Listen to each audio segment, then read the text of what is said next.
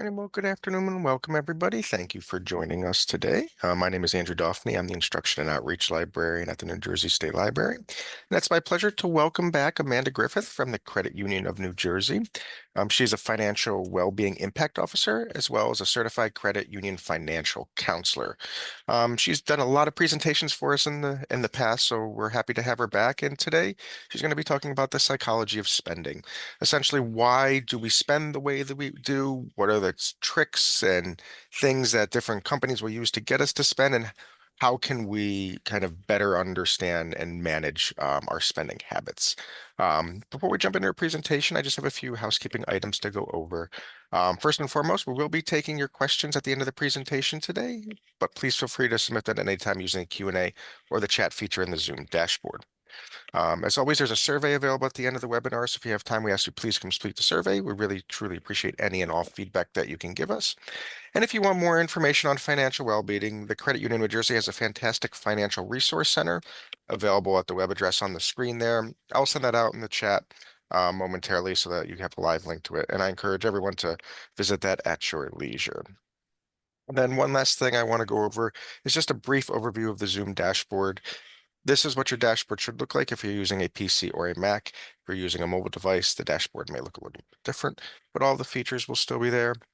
In the bottom left-hand corner, you can check your audio settings. So if you're using an external listening device, like a headset or earbuds, you can check to make sure they're connected properly. At any point during the presentation, if you have any issues, there is a raise hand button here in the middle. You can click on that and that'll alert me. I will send you a message in Zoom and hopefully be able to resolve any problems that you are having. And as I mentioned before, if you have any questions, there's the Q&A and the chat buttons. You can use either of them to get in touch with us, and we'll be happy to address those questions at the end of the presentation. So that is everything that I have for you. So I'm going to turn it over to Amanda now. Perfect. Thank you so much, Andrew. Let me just share this real quick. I hope everybody can see the slideshow. Start from the beginning. All right, looks good. Perfect. Thank you so much. Okay. Well, thank you guys all for coming today. Again, my name is Amanda Griffith. This is my information right here. It's agriffith@cunj.org. If you have any questions about the credit union, or maybe you just have questions about, you know, how to save money or even trying to build your credit, I am a certified financial counselor with the Credit Union of New Jersey. What does that mean for you? That just means that it's completely free for you guys to have a one-on-one with me. I'm able to help you, go over your credit score, try to raise your credit for you. I can also, if you had to go over your credit review, I can do that for you for free. And I can do anything with budgeting, even trying to help you budget if anybody has issues with that as well. So please let me know. Again, it's agriffith@cunj.org, and my phone number is 609-613-1149. But let's get started because we do have a lot to go over today. So we are going to be doing psychology of spending, and it's a lot of things that we're going to be going over. So a lot more does go into our money choices and cold rational calculation. Our emotions can have a huge impact on the bottom line. Remember, when you're spending money, it does bring on, it's a good chemical feeling in your brain. It's called dopamine. So anytime you go out there and you're trying to spend money, you ever get that feeling when you wake up, you're like, oh my God, I'm going to be making this purchase today, and you feel really, really good. It just makes you feel good when you're going out buying something, but there are psychological emotions behind things that you are spending on. And we're going to go over each one of them today to try to just make you kind of look at commercials when you're watching TV, or even if you're going online and you're seeing all those ads all the time that you see on your cell phones. And just kind of to maybe hopefully stop you from buying and spending as much money as you are, especially because we are having an issue right now. Unfortunately, I'm seeing a lot of it, especially when I do the counseling. And I see a lot of even our members. We have a lot of credit card debt out there. A lot of people are struggling even to pay their mortgage payments. And a lot of people also, too, are unable to even have money in a savings account. So that's why I kind of like going over psychology of spending, just to kind of get you to maybe not spend as much if you're going out there to make a decision. So spending choices, there's many factors that impact consumer behavior. These factors may lead to decisions that are not in our best interests, and understanding why we can helps lead to better choices when you're trying to actually spend money. So these are the things that we're going to, go over today. So the role of advertising, this is huge. The purpose of advertising is to get us to buy something. We all saw this during the Super Bowl, all those different ads that are on TV. You're going to see ads for everything, for car commercials. You're going to see them on your phones. You're going to be talking about it to somebody. It's going to actually pop up on your phone because that's what they're doing. Advertisements are going to constantly try to get you to buy something. And it's actually very unconscious. You don't even realize how much advertisements are everywhere you go. Especially as on your computers, like I said, on the TVs, on your laptops. You're never going to be able to avoid advertising. It's always going to be there, but you have to separate your emotion from the value of what you're buying. So, for instance, yes, you're going to watch on TV, you're going to see people so excited about buying a new car, but that doesn't mean that you should be going out to buy one. You can also see on TV right now, not only that, it's, furniture commercials. You're going to see the new phones that are coming out. Do you really need a new phone? Just because they're showing how wonderful the camera is. Well, I have an older phone. The camera works just fine. There's no reason for me to be trading in my phone. So that's what you have to really think about when you're seeing all these advertisements. You have to stop yourself and ask yourself, do I really need to buy it? I see a lot of people and there's a lot of issues. Unfortunately, I do see, and they even say it is actual buying and overspending is an addiction, just like alcoholism. And some people need to go out and get that dopamine and feel so good about themselves and they go and they can't stop buying. And then when they get home, they crash because they realize, oh my God, I just added another bill in my name and I have to make that payment the next day. It's just as bad as an addiction. And sometimes I have to ask certain questions to see, because addiction is real, it's out there, and people want to feel good in any possible way they can. And actually, some people I had some of my, people that I work with that I have to take their credit cards away and we put them in a safe deposit box. And that's just because they can't stop spending. So just remember, advertisements are going to be out there, be on the lookout for them. Don't let them reel you in just because it's all shiny and brand new. You have to ask yourself if you really need it. Another thing is keeping up with the Joneses. If you ask my daughters, it's the Kardashians. Owning makes us feel successful. Having this great car makes you feel so good about yourself. You don't want to have less than other people. You want to try to outdo your neighbors or your friends, and you want to have the same things your friends are doing, or, your friends are going on a cruise or your family is, and it's like you can't afford it. You don't have to keep up with people. And that's the one thing that I try to drill into people's minds all the time. And I even try to, when I'm out teaching kids at school, there's no reason to try to live up to somebody else. Be who you are. Just because somebody has new shoes out there and their parents might have spent $500, there's no reason for you to have them. Enjoy what you have in life. I get it. Everybody wants to try to be like their peers, but buying more and all that, that's what really gets everybody in that big hole that I see a lot of people that are in. I see it all the time. And the biggest thing that I see that people go out and buy are these cars that they cannot afford. And I don't understand it. A car is a car. It's going to get you in the same place at the same time. There's no reason to go out and buy a $70,000 to $80,000 car right now. It's just too expensive, just because it maybe says a Mercedes or a BMW. I love Kias and they're all the same. They're going to get you in the same area. Buying luxury isn't bad, but you really seriously have to focus on what you can afford. Prices are going to be going up. Everybody's struggling right now. There's no reason to buy things that are too expensive for you. So just remember that. Try not to keep up with people, especially don't feel that pressure. And if you do, maybe they're not really truly your friends if they're pressuring you into buying something that you can't afford. Another thing is spending habits. Some buys are made out of just, all of a sudden you just want to buy it. And it's just a habit that you're constantly doing. Are you someone that every morning you get up and all of a sudden your car just veers right into Wawa to get your coffee or Dunkin' Donuts or maybe, or Starbucks? Those are habits. Those are things that you have to break if you're having issues with spending money. And sometimes you don't even realize you're doing it. Or you go into work and you're like, yeah, what are we going to have for lunch today? That's a habit. You should be bringing your lunch with you. You shouldn't be spending that money if you're not able to even pay a credit card payment. So you need to examine yourself. You have to sit back. Everything is psychological. Everything is done. You have like I said, it's a lot of things are psychological when spending money. So if you really have the time to sit there and think, why don't I have money in my savings? What am I doing that I cannot pay my bills? Start really thinking about your spending habits. What can you do to stop yourself from, like I said, going to buy that coffee in the morning? If you need to do it, the best thing to do, and they always tell me this, even when I took my psychiatry class, they said to write things down. Make sure you're tracking your spending, keeping your receipts for at least a month, getting actual receipts from gas stations, from Wawa. I don't care if you're buying that coffee, extra receipt.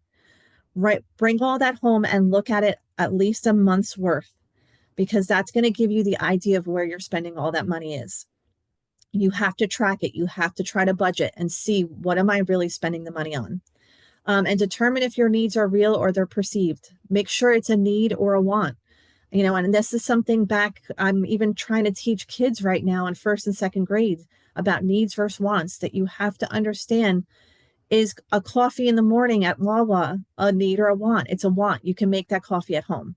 So these are things that I would love for everybody, if you get anything out of this today, is really start looking over what you're really spending the little things on. Another big one is impulse buying. We do it because it's exciting. All of a sudden, you're walking somewhere. Maybe it's even a new car purchase. You have a car that drives, and all of a sudden you're like, you know what? I like the look at this car, and you buy it. It's an impulse buy. A lot of stores, especially if you're shopping in a store with, friends and stuff, a lot of stores encourage it, especially if it's like buy one, get one half off, or they're going to get you no matter what. But to prevent that, create a list and stick to it. And this really happens a lot too when you're at like a grocery store, or for me, it's at Costco, because as soon as you walk in, you see all these deals and you're trying to get to the back of the aisles where the water and the toilet paper are, and you're passing all this cool stuff. Then you're like, I don't need it, but it's an impulse buy. It's the worst thing to do. So when I go to Costco, because every time I leave, it's over a $200 bill, I bring a list and I make sure I'm trying to stick to it, because I want to try to save money to go on vacation with my kids. And that's something that if you're trying to do right now too, make sure you stick to that list. You walk in, or even walk in and go right to the back and don't even pass those aisles that have the cool stuff as soon as you walk in, or even walk as fast as you possibly can, because that's my problem. I just try to get it there, and then I all of a sudden stop and I'm buying a chicken I don't need. But avoid browsing. Try not to get those free samples, like I said, at Costco or Sam's Club, when they're like, here, try this, and you're like, oh my God. Don't try on expensive clothes that are there. Don't try talking to salespeople, because they're going to try to talk you into buying more stuff. So impulse buying, it's a huge thing. We all do it. I am guilty of it too, and I'm trying to stop myself from doing that. But like I said, try to create that list and try to go in with a purpose of not spending that kind of money. Another one is bargain hunting. We all do it. People love buying things that are on sale. Smart shoppers look for sales on items that we're already planning on buying. But if you're not saving money and then you just want to buy something just because it's on sale, you want to make sure that you're focusing on the cost and not just the savings. Your best bargain is not to buy something if you weren't looking to buy it in the first place. Just because it says it's on sale doesn't mean you actually need it. And that's another big thing too. You're going to see that a lot too when you're going, God, it could be anywhere. It's grocery stores. Like I said, it's on Costco. You're going to see, oh my God, this item's on sale, like laundry detergent. Do I need it? No, I have 3 downstairs, but they're saying it's on sale. No, you don't need it right now. Think about that. That's another way that every place, at all these advertisements, it's psychology. It gets you. Just because it's a little bit lower doesn't mean that you have to actually shell out that money right now and buy it again, especially if you're not in need of it. Go back and get it at another time, especially if you're having issues with money. If you're okay with money and it is on sale and you're going to need it sooner or later, then yes, okay, because you're buying it in bulk and you're going to use it at one point. But for somebody like me back in the day when I didn't have anything, I would, I wish somebody would have told me just because it's on sale not to buy it. So make sure that you look at that as well when you're going out shopping. Retail therapy. Many people shop when they're depressed to cheer themselves up. Have you ever just said, you know what, I'm having a really bad day, I'm going to go shopping? We all say it. It makes you feel good. Like I said, it brings out the dopamine. It makes you feel so excited to shop. But should it really? Don't you think that there's other avenues that we can do instead of spending money that we just work so hard to make at our jobs? And now we're just spending on something that we really don't need. So, just like I said, that rush is temporary. People buy it to make themselves feel good. Try to do another activity. If it's really an issue with you, and like I said, there is issues right now, and I do see people that have addictions to actual shopping, ask for help. I know it's weird to even say that, but to me, it's not weird because I've seen it so many times that when you actually admit that you have a shopping issue, that I'm like, oh, thank God someone admits it. So please, like I said, we're always here. I'm a certified financial counselor. I can always help you. Also, too, like when you're going out there and you're shopping with friends that you think are going to, start spending money that you don't have, maybe not go with them either. That's another thing too. I think a lot of times you're getting peer pressured and you feel like you have to buy something when you're with people. That's not true too as well. If you feel like you're going to be caught in that situation, don't go with them. And like I said, make sure that when you're going out and buying something because you're trying to cheer yourself up, it's not overly expensive either. Because the last thing you want to do is all of a sudden, I'm going to tell you now, it's happened to me before in the past. I thought that this item that I bought was going to make me really, really happy. And the next thing you know, I realized I can't afford it. And I wanted to kick myself for buying something like that. And I just felt like I was even actually worse off. I felt worse about myself the next morning. This is a huge one.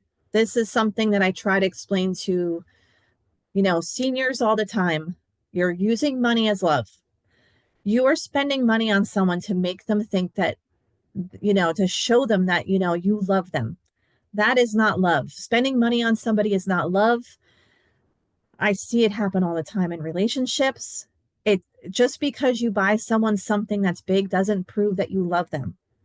And I see a lot of this coming from grandparents to grandkids to maybe even their kids. Well, let me give you some money, sweetheart. I'm going to give you money for Christmas. If you can't afford it, we're still going to love you no matter what.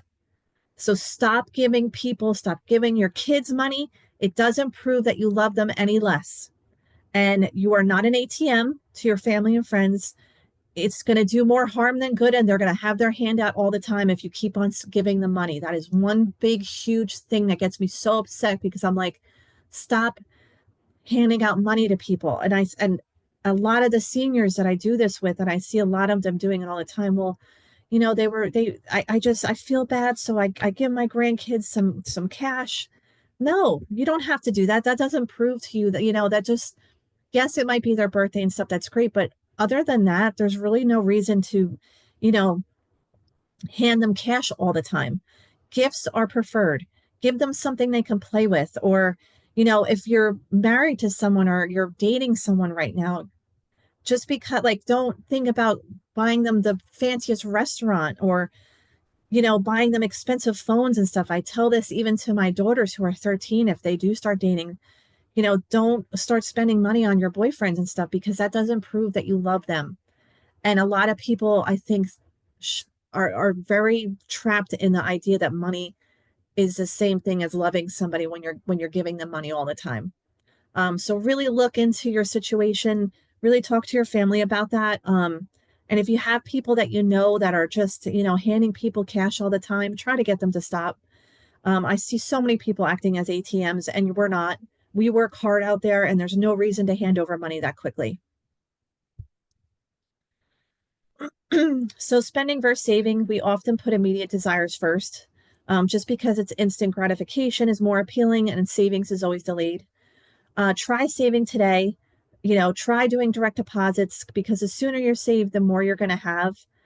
And just remember too, when you're out there and, maybe you are looking for a new car or you're looking for that vacation, make sure that you're getting a great deal. Because right now car payments are absolutely insane. Even a price of a car is crazy. House prices are absolutely insane too. So I'm hoping things are going to start dropping soon. Another thing I wanted to go over too, like I said, habit. If you're even somebody that maybe goes out with their friends, maybe on a Sunday after church or something like that too, or you guys always go out to a restaurant and you're having issues with money, it's okay to say no. It's okay to not go somewhere. And it's okay to tell someone, I can't afford it. And there's no reason to be embarrassed. And I've learned that because putting my foot down just makes me feel stronger. And I'm sick of being embarrassed about money. And I refuse to, if I can't afford something, I tell someone right to their face. So it's kind of like, I'm getting tougher too. I have to get a tougher skin and start putting my foot down and learning the word no instead of us always saying yes, yes, yes all the time, trying to make other people happy when we're dying inside. So make sure like the biggest thing, if I, could take away from here is really look over your finances. Look how you feel about money. How does money make you feel? Is it making you feel anxious all the time? Are you getting upset at night? Are you not being able to sleep? Then we have to change those habits. We have to figure out what is going on, where you're spending that money.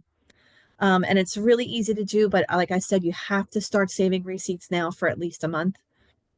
And I'm talking about, you're going to Wawa, getting gas, you're going to, ShopRite, any kind of receipt that you received, save it for at least a month because that's the only way you're going to get a good hold on where you're having those spending leaks all the time. The role of credit, people spend more than they use. And you have to remember too, your credit will be affected if you're using your credit cards a lot. Use your debit card. Right now with the fraud, I would say use cash. If you're able to use a credit card right now at stores, try to use that and make sure that you're paying everything off in a full balance every single month. But if you can't buy something, so think about it this way. If you're using your credit card and you're going to buy gas and you can't afford to pay it off at the end of the month, that gas is already out of your car. So you're paying interest on gas that you don't even have in your car anymore. The same thing goes with food at a restaurant. You go out to dinner with everybody. You're like, oh, I'll use my credit card. I'll pay for everybody. You're saying yes again. About a month ago, you went to a restaurant with all your friends. You paid for it on your credit card. Well, if you can't afford to pay it off at the end of the month, that food's out of my stomach. And now you're paying 24% interest on food that you don't even have in your belly anymore. So you just doubled that dinner restaurant. You just doubled that gas that you bought. So these are things you have to think about when you're out there spending. Make sure you can pay off your credit cards on stupid purchases, like I just said. Make sure you pay them off at the end of the month. And if you're not able to, make sure you're using your credit card for something that's important and make like small payments and payments towards it. Don't buy something on your credit card. And I know it's easier said than done if it's not worth 24% interest every time. So that's another thing you have to look at. Make sure you're a conscious consumer. When you do buy something, ask yourself, will I really use the product or service? Are you buying it because it's on sale? I have things that are in my drawer that I don't even know why I bought it. And they're hair products. I don't even use it. I tie my hair back all the time. So that's something that I looked at and I'm like, why am I buying this? So I stopped.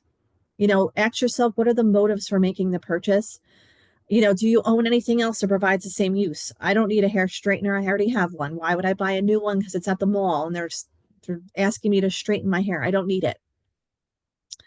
Do I feel a need for this item before I saw it in the store?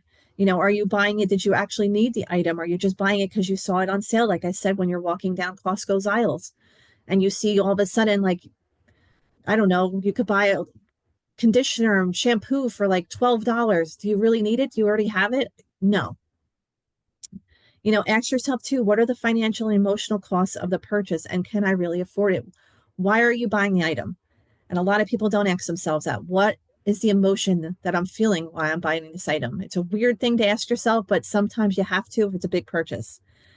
And make sure you're always asking, can I get the product or service for less elsewhere? Make sure you're looking for good bargains out there. But I just want to thank everybody today. I know this was a quick one, but if anybody has any issues, balance, I work with them hand in hand. It's free for everybody that's on here today. It's actually a financial education and counseling service.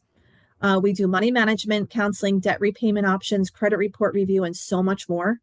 All you do is go to cunj.balancepro.org. There is a counselor on hand 24/7. Someone will answer you right away. You can actually just put it right in a chat. And you can go right on there at any time. Like I said, they're always available for you, or you can just actually email me and I can actually set up an appointment with you. But thank you guys so much for everything today. And like I said, if you have any questions, please put them through the chat.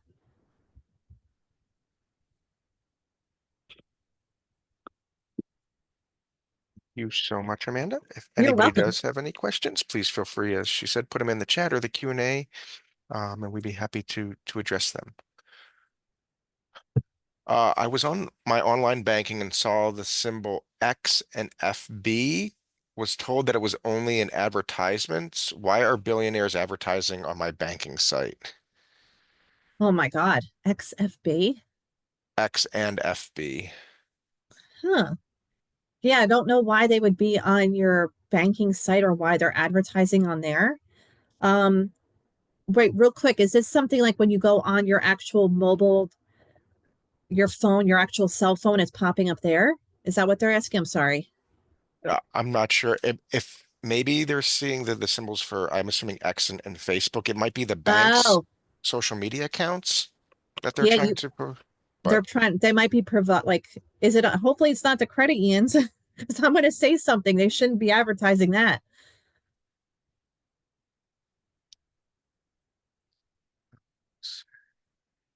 um, when you were talking about keeping up with the Joneses, um, somebody just made a comment like pay yourself first theory. Is that kind of what you're looking at or and Yes. discussing? Yeah, so pay yourself first. There's pay yourself first or pay yourself last. So you always should pay yourself first. And what I mean by that is when you get a direct deposit coming in, like I got paid today, I have $250 go right into a savings account that I don't see. So it looks like my paycheck is less $250. And that's to help me pay my car payments and help me pay my mortgage. So anytime you have, and we do it here at the credit union, I know banks do it too. So when your paycheck is coming in, make sure you ask your HR department if they can split your paycheck and put some into a savings account and some into the checking.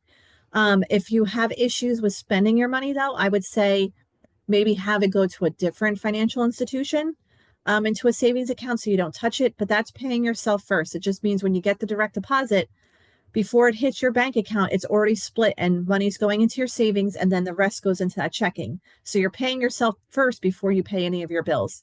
Because when you pay yourself last, a lot of times after you pay all your bills and you do what you want to do, that money that's always left over, it's very hard for you to transfer it into a savings account. And a lot of us don't do that at the end of the month. So if you do it right from your paycheck, it's done. It's already saved. It's already put into a savings account for you. If you pay off your credit card balance every month, how is that in relation to your credit score? Actually, it doesn't. It's actually better for your credit score. They're looking to see that you're making your payments. Um, if you're trying to establish credit, now if you have not like your credit score is low and you don't really have a lot of credit to yourself, I always tell kids to maybe wait 2 or 3 months and pay a little at a time. Just pay the minimum balance and then pay it off after 3 months. But if you have a really good credit score, they want to make sure that you're paying it off every single month. It doesn't really affect it that much. You just don't want to close your credit card off. Don't ever close out your credit card. That's what's actually dropping your credit score. I heard you mention the word fraud earlier in reference to using a debit card rather than a credit card. What did you mean by that exactly? Okay, so I also do identity theft and AI issues too as well. That's a big one. I go over AI. Right now, where I live in Hamilton, unfortunately, the ShopRite in Bordentown, the Walmart at Nottingham Way, and the Walgreens right here on South Broad Street all had skimmers on their machines. What I'm telling people right now to do, because I have so many cases of theft right now with debit cards. And unfortunately, my daughter-in-law just had $4,000 stolen out of her account because she just went to the Walgreens right here. Um, don't use your debit card if you don't have to. If you have a tap debit card, just tap the card on the actual. Don't insert your card into any machine if you don't have to. That's what I'm trying to come at, because there's so much fraud going on. If you're able to use a credit card to actually pay for an item, that is the safest you're going to do, because the last thing I want them to do is hit your bank account and take all that money out, because it's going to take up to 90 days for her to get her money back. And that's she banks at TD Bank. At the credit union, it's a little bit quicker than that, but also you're out all that money for right now until they put a credit onto the account for you. So if you're able, like I said, just to use one credit card, use that at, Walgreens and to buy your gas, and make sure you're paying it off right away with your checking account. That's safer right now. Just what I'm seeing with all this fraud going on in the area. And I usually don't do that. I usually don't say for you to use your credit cards right now, but the amount of money that I've been seeing getting stolen out of checking and savings account is so bad. I don't even know. The only thing I could think of that's safe enough is to use a credit card or use cash again. That would pretty much be it. Um, Related to this, I notice more businesses are charging a credit card fee. So I'm tempted to use my debit card more, but you said not to use a debit card. I don't I understand know. why. Which would you use? I know, and that's the problem. So because everybody's switching over to credit cards, every business is trying to make more money off of you. But the fraud is going up so high on debit cards. It's insane. Like, and it's literally at every business that I go to around here, and you have to be careful. And I just, because somebody like I know in my family just got so much money stolen, and I've seen so much of it happening lately in this area, you're safer using still a credit card and just paying a little bit more, because like I said, once it comes out of your account, and I don't know how they're doing it so quickly and how they're taking out the money so fast, but they are. Um, I think it's just safer right now still to use the credit card. Can you repeat the stores that the skimmers were found at? Yes. So there was one, the Bordentown ShopRite. That was, I don't know if it was at the self checkout or at one of the registers. It was the Wawa here on South Broad Street. It was also the Walgreens. And then there was one at the Walmart in Nottingham, in Hamilton. It's the Super Walmart, unfortunately. And what happens is you go use your debit card. By the time you're home, somebody else already used your account at another Walmart, and they've already redid your card, and somebody already rechanged your PIN number. It takes literally like 30 minutes for this to happen. And it's so fast, and they can take out money so quickly, that you don't really even notice that it's happening to you. That's why I always tell everybody, please check your accounts anytime you leave a store and you're using your debit card. Another safe thing, if you have to use your debit card, a lot of us have, maybe if you have like the Samsung Pay, you could just tap it with your phone. That is safer than putting or inserting your card into the machine right now. So make sure, like, if you have to use your debit card instead of a credit card, make sure your card can tap on the actual thing, and you don't have to insert anything into um the machines that you have. Um, are balance transfers really worth it, or should I just use the snowball method and pay off the credit card? Balance transfers can be worth it, but just remember, every time you open something, it does hit your credit again. So your credit score is going to go down. But if you're somebody that when you do a balance transfer and you have that credit card sitting there with no money on it because you just transferred all that money to another one, are you going to use that credit card again? Because if you do close out the credit card, remember too, it's going to affect your credit score as well. So I say, do the snowball method, you know, try to pay off as much as you can. For me, I think paying off even a small credit card first and then working on the big ones makes me feel better about myself. So try doing that too. But you got to watch on the balance transfers because too many also affects your credit score.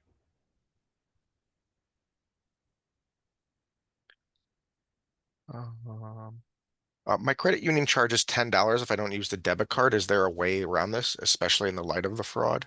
Yeah. So right now, if you can keep at least $1,000 with us, um, I, I know our credit union does that. If you can keep at least $1,000 some way with us, I know they want you to use your debit card. Because of that, I would say I have it actually in my Samsung Pay and my Google Pay. I put our credit union of New Jersey credit card, my debit card in this, and I use my phone to tap. So I'm doing that right now too because sometimes I have to use my checking account to pay things. Try you doing it that way, but we also have the tap card. So at the credit union, so use that. Don't ever insert your credit union card inside a machine if you don't need to. I do know Walmart's, they're going to make you, I think, do that. Um, and if you're at a Walmart, try, I don't know if they've updated their machines yet. I just know at some, like the one that I went to on 130 in Hamilton, I had to insert my card, which I wasn't happy about. So I used a credit card. But look for places that you're able to tap. And like I said, if you want to try to avoid that $10 fee, just use your debit card, but add it into something, use it, put it on your phone in Samsung Pay, or just don't insert it inside a machine. Is it still secure to use a personal check since the account numbers are on them? I don't use personal checks anymore. There is mail fraud also around here. I hate saying all this because I scare everybody. We have a lot of mail fraud as well. So anytime you write out a check, remember, I also went to a class too where it's so easy for me to take off your penmanship and add a different amount onto a check now. And there's so much check fraud going on too as well. So that's another thing you have to remember when you're sending out a check. Try doing like a bill pay or, paying something online instead right onto their website. Just because of I can get so much information off a check. And I can also, it's called washing a check. I can also wash it. And it's a pen that you can actually buy now online through Shein and Temu. And it washes the check and it takes off your penmanship and you can actually write at a different number but keep your signature. So just remember there's these things out there right now. There's so much different fraud. Um, does it hurt your credit score if a credit card is closed by a merchant for non-use? I mean, your credit score is gonna go down. There's nothing you can really do about it. I always try to do a little bit on my each different credit card each month to make sure that they're open. You just want to make sure when I look at your credit score and this is how the three credit reporting bureaus look at it, you want to keep the longest open credit card that you possibly have. They want to see the length of history. Length of history is 30% of your FICO score. So you want to make sure that whatever is your oldest credit card, make sure that always stays open. So you want to make sure that there's a transaction on it at least every 6 months. If it happens to close, is it a big deal? Not really. I mean, your credit score is going to drop at least like a 20 points, sometimes 30, but within 6 months it'll go back up.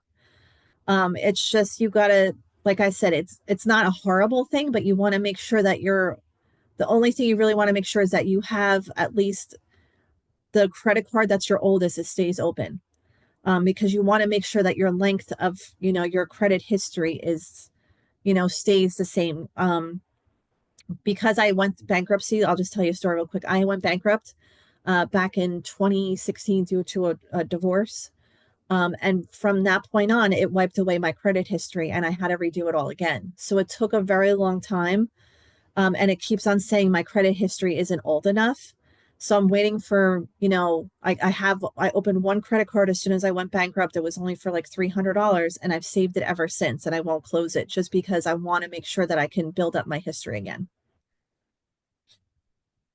Can you use your debit card as a credit card? Does that help with the fraud or no? No, you can't use a debit card as a credit card. It's just because that's your own money. A credit card is not your money. It's, it's somebody else's, it's a loan pretty much that you're always going to have to pay back. So you won't be able to use it as a credit card. And then related, is there a difference between a US debit and Visa debit? Oh, so when you see that on the thing, a US debit and then a Visa debit. So I always do the Visa debit. Sometimes when you're hitting the machine, they're both the same thing. It's going to come out the same way. US debit, sometimes it's going to come out like as a debit card, and but the Visa debit, sometimes they used to have you sign for it, but it doesn't work that way anymore. We don't really sign for anything on a machine. So neither, whatever one that you hit, it's going to be the same thing for you.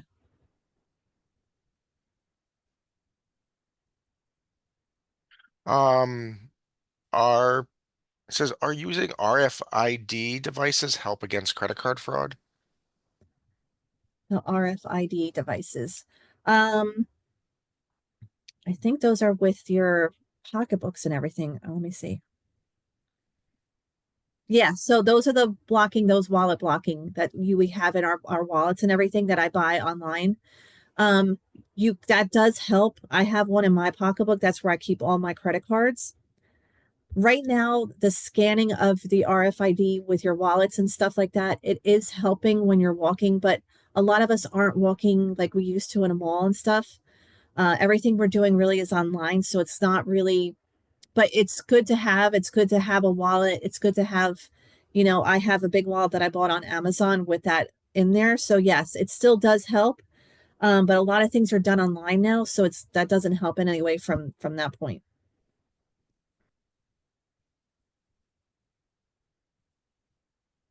Um, what is best in keeping credit reports secure on yourself, keeping them open or freezing them when not needed? I understand there are three major credit reporting agencies. Yes, so I tell everybody right now, and anybody that I do identity theft with, you must freeze your credit. There's no reason to have your reports open right now. Everybody's socials have been stolen. It's just everybody's has. It's just that's common knowledge right now. We all have our social stolen. You'll see it on a dark web somewhere. Go on to Experian, go on to Equifax and TransUnion and freeze them. You have to do a username and a password. It's going to say, do you want to freeze this account? You say yes on all three. Does it affect your credit score? Not at all. Can you still use your credit cards? Yes, you can. The only thing that you cannot do is go out and buy yourself a car without unfreezing your credit report. But it's very easy. All you do is you go back on the website, you unfreeze it for an hour to 2 hours or even a day, and then it goes right back on again. I tell everybody there's no reason to have, everybody should have their reports completely frozen right now just because of so much stuff that's been happening out there. And you're going to see even like hospital systems have been hacked, cell phones have been hacked. There's so many dark web issues going on. Like I said, there's no reason to have your credit unfrozen. My bank offered to pay me $45 free and clear. Why might this have happened? Wait, what did they do? It said my bank offered to pay me $45 free and clear. Why? $45. I don't know why they would do that. We don't usually, banks don't usually give out money. Um, so that's a weird thing. I would really look into it because that sounds a little shady. But and I would even go into maybe to the bank itself and kind of ask one of the tellers or the reps at the desk to find out what this was all about and why they would give you something like that.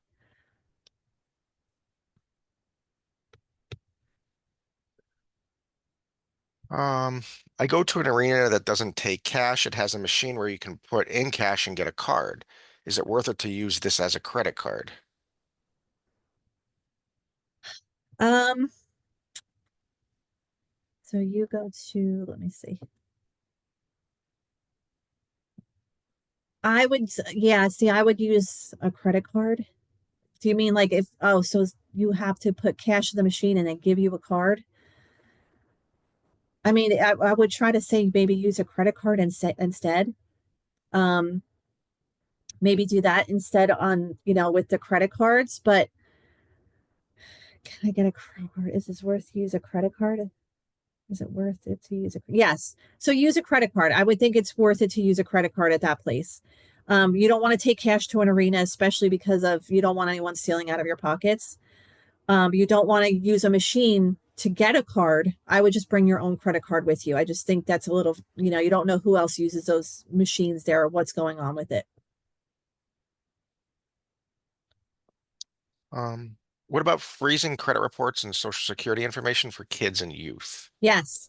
So we have a child, unfortunately, at 5 years of age right now that has a $50,000 car loan in their name. Their social was stolen. We're trying to get it fixed. I also have an 18-year-old trying to go to college, and she has over $100,000 in debt because her social was stolen. Your kids are being targeted. I don't mean to scare everybody, but that's why I say do it to your children for now. No reason to have your children's social open. If you're a grandparent, tell your grandkids or your kids to have their kids, freeze everybody's credits. There is no reason to have your credit report open right now.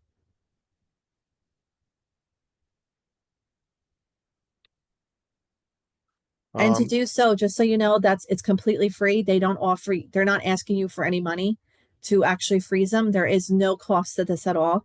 So if they do, make sure you're on the right website.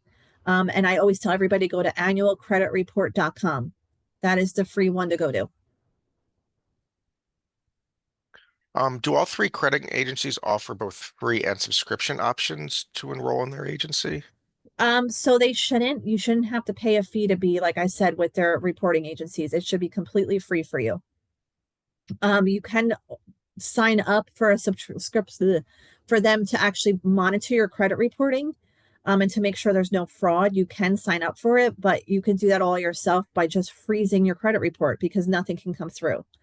You do want to make sure that you're checking your credit reports at least once a year. And what I do is I split it up. I do TransUnion in January, Equifax in the summertime, um, and Experian at like during the winter. So you're checking all three of them, but it's only one time a year.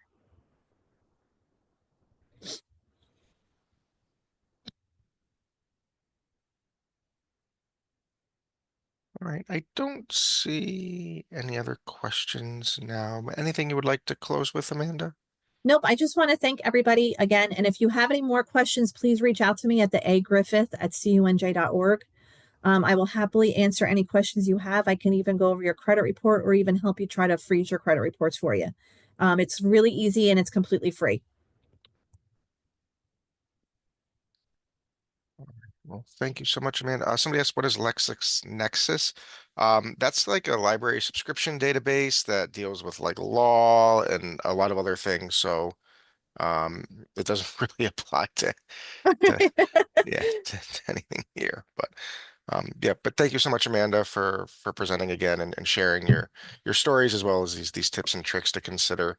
And then thank you everybody for attending today. We really appreciate your continued support, and we look forward to having you at some future events. So everybody be safe, be well, and hopefully we'll see you soon. Perfect. Thank you guys so much.